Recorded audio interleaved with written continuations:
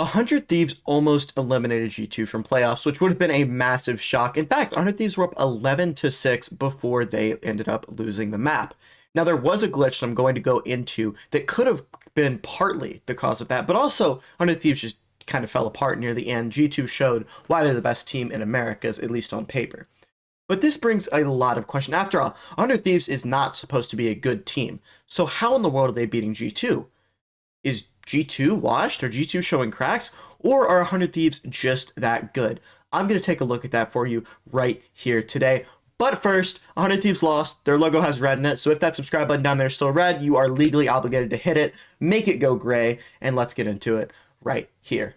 On their bonus round, 100 Thieves push up aggressively on A, and they're playing this double duelist comp here, where you have your Neon and then you have Cryo on the Yoru. Personally, I think that it can be utilized. I'm not a big fan of Neon myself, but it does play to 100 Thieves skill set, and comfort is a massive thing for players. So overall, I think it's good for 100 Thieves, but it wouldn't be good for a team like G2 to run, in my humble opinion. But they leave Leaf over on B. The issue is 100 Thieves, after this aggressive push on A, have tried to rotate over to B because they didn't see anything, and they were worried that Boostio was about to get ran down with all of that utility and the presence 100 Thieves were feeling from G2 right there. Now, G2 actually decide to go back over to A with Jogamo's Yoru ult, and amazing play by 100 Thieves. They're like, okay, we'll give you sight. We don't need to fight this. It's okay. We can play the 5v5 retake. We're confident in our gun advantage. As you can see here, Austin are running away. They're saying, hey, we're not going to give you guns. We have rifles, right? We have 5 Phantoms or Vandals. We are fine with giving you guys the site, playing our gun advantage. And they do a wonderful job at that, right? G2 get on site, and then they go ahead. They try and play their post plant here with 3 people up here, 2 people main.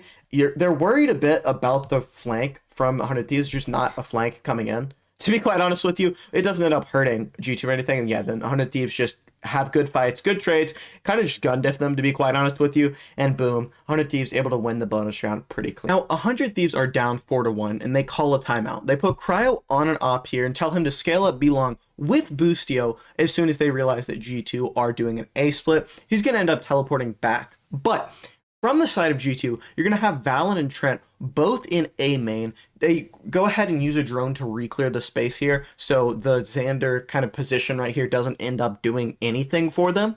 Right, as you can see, use the drone, re-clear forces them out right there. Then Leaf Spy Soul gets popped, so Cryo goes ahead, TP's over with his op to try and do something for them, right? 100 Thieves, once these 2 players die on site, even with this fatal coming out from EU, there is no reason G2 should lose this, right? 5v3 situation, 2v5 on side because Boostio is all the way over here on B. There's no reason you should lose this. But EU literally just swings, like balls out in this smoke, just kills Jogamo, and now you're in a really interesting situation because G2, even with this advantage on the site, they don't go. I don't know why, because they do wait for salvos to come online, but they still wait and wait and wait. There's no utility that they're waiting on here, by the way. The only Astra utility uses the smoke that Valen already had. I truly don't know why they waited this long, giving 100 Thieves time for Boostio to rotate over. Then Cryo and EU both get kills, and a wonderful job done here by this Euro, just using it to distract. Cryo gets out and distracts both players, so Boostio is able to clean it up there. Great round from 100 Thieves, and again, I don't know why G2 didn't execute there. Now, this is a crucial round for both teams for the economy. As you can see, both teams in a pretty bad spot. But again, Cryo just scales up, gets a kill, and TP's out. Now, he does get their scan, but thankfully for G2, Jogamo's in there, able to get the information on the site, and 100 Thieves just play retake right here with the numbers advantage. As you can see, Cryo goes down, and then Boostio places down his lockdown to force G2 off the site. Now, Jog has a stinger here, and he plays really close, as you can see here. Gets one, TP's back long, able to survive, and it's a 4v4 situation. But this Astra Wall is very tricky, and Austin has the perfect gun for it, actually, because G2 are forced to go through the Astra Wall because they can't hear the tap if someone gets on, and then 2v1 situation here. Again, Austin is judged there, went crazy. Leaf is done, 2v1 clutches in the past, right? He's actually pretty good in this spot, but he's not able to win it. And again, when Austin had that, first of all, they're about to show exactly what I think goes through Austin's brain at every moment in time, which is just that I don't think he thinks beyond that. But overall, a very good round for 100 Thieves, and it kicked off a couple more rounds, 1 for them. But it's 4-4 here, and G2 are going to go ahead and fake towards A and then immediately run back B. 100 Thieves were aggressing up on B, but they quickly ran away once no one was immediately there because Leaf went to place this little flash mid. But now, a couple people are going mid and a couple people are going to drone out Asuna here over, pushed up on B. And to be honest, if they had just went here, if they had just full on committed to this, which obviously they couldn't have known, it was just one person on site. But if they had full on committed to this, I think they probably would have won the round. But they wait and wait and wait. Then Cryo able to TP over, right? And again, I'm not faulting them for waiting. They obviously don't know, and they don't have their rechargeables online yet, like the salvos and then the haunt. But Leaf ends up dying to Asuna here, making it a 4v5. And then the funny thing is G2's haunt here actually makes them run away. Everyone gets scammed by the haunt. They're like, oh shit, there are way too many people here. They quickly run back over to where Boostio and Xander are. Now, Boostio didn't place one of his mollies. I don't know why that was. It could have been he wanted it as something kind of an on-the-fly thing, but he had a situation to use it and didn't, so I'm not sure why that was. I would love to know, but he's over here. There are about 30 seconds left right here, and he needs to either stall, get a kill, do something, right? Turret gets broken. He doesn't throw the molly, instead electing to get a kill, but this decision right here, he gets this kill, and you can tell he's going over as if to go into the smoke, play a 4v5 retake. But there are one of two explanations for what he does here. Either A, he doesn't want to retake in a 3v5 with an op. He doesn't feel comfortable with that. Or B, he just overheated. I think 2 is probably more likely. B rather, is probably more likely, to be quite honest with you, because I think a 3v5 with an op is still fine to retake into. But we will see. Trent has his Armageddon. Jogamo pushes up. 1-for-1 trade right there with Cryo, and then again, going into that Yoru ultimate. Again, Cryo retaking with an op here is going to be pretty difficult for him. He actually makes it look pretty easy, though. Asuna gets one, then Trent able to get one. Again, so good in the clutch. Has the Armageddon online. Cryo taps, Armageddon used, and then Cryo just scopes in. Seemed like he had a bit of time there. It was a weird thing with the scope in and scope out. It looks kind of weird, but again, Boostio stands up, and that hairstyle is not it. I know I'm one to talk about hair, but bro, I promise that's not it. But I'm sure you guys are wondering about the glitch. Depending on what my Discord voted, you can choose my thumbnails by joining the Discord in the description, then that may be the actual thumbnail of this video. Let's go ahead and take a look here. So 100 Thieves were up 11-6. They lost 2 rounds, and now they're on a pivotal round for their economy. They're going to have to save if they lose this, and it would snowball, and in fact did, if they lost this round and could lose them the game. Now here's what happens. So with this glitch, and it was fixed in the recent patch notes, if you use a Vice Ultimate, there is a chance, if you're just barely in the Vice Ult, that you would not get the indicator on your screen that you are in the Vice Ult and that your gun is going to be taken away. That's what happens here with EU, and I'll try and explain what happened because of the death. So let me explain.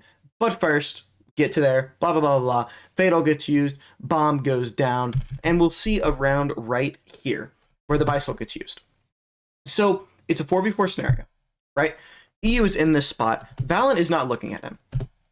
Valen was not looking at him. If I can pause correctly here. Valen was not looking at him when he first came in.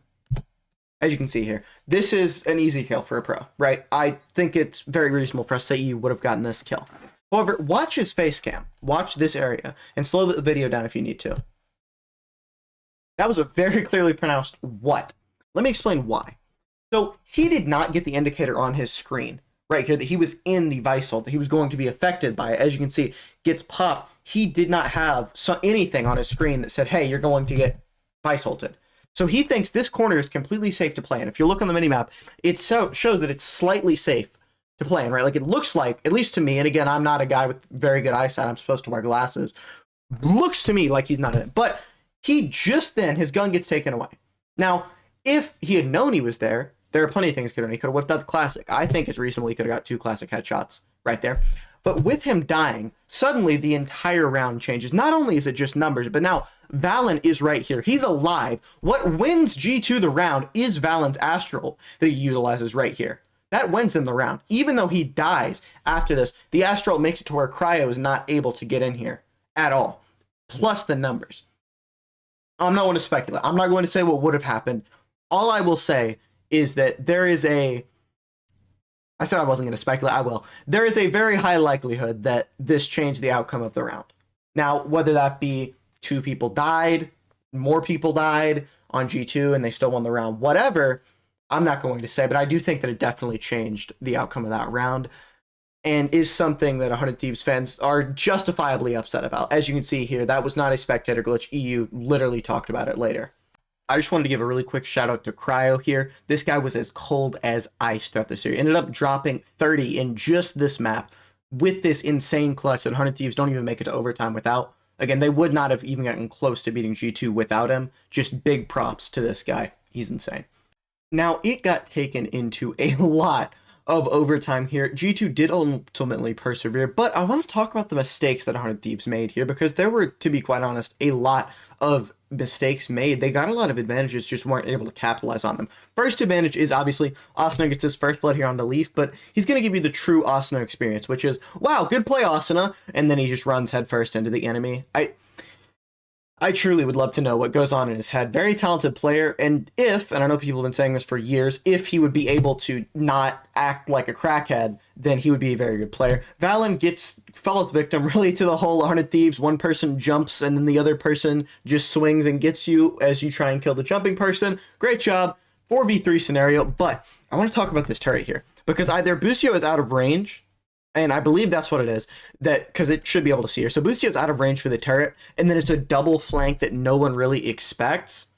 So then, boom, Jogamo is able to get a kill here. Pretty free one, honestly, onto Xander, and now you're put in a 3v3 situation, which, again, they do the whole 100 Thieves, hey, one person's going to jump and try and kill you. As you can see here as they go up towards Jonah, one person jumps, and then, but the thing is, when Jonah gets that kill, right, EU...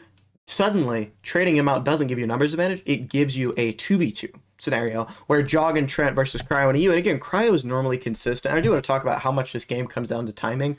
Slow this down. Put this in slow motion real quick and watch Trent and where he looks.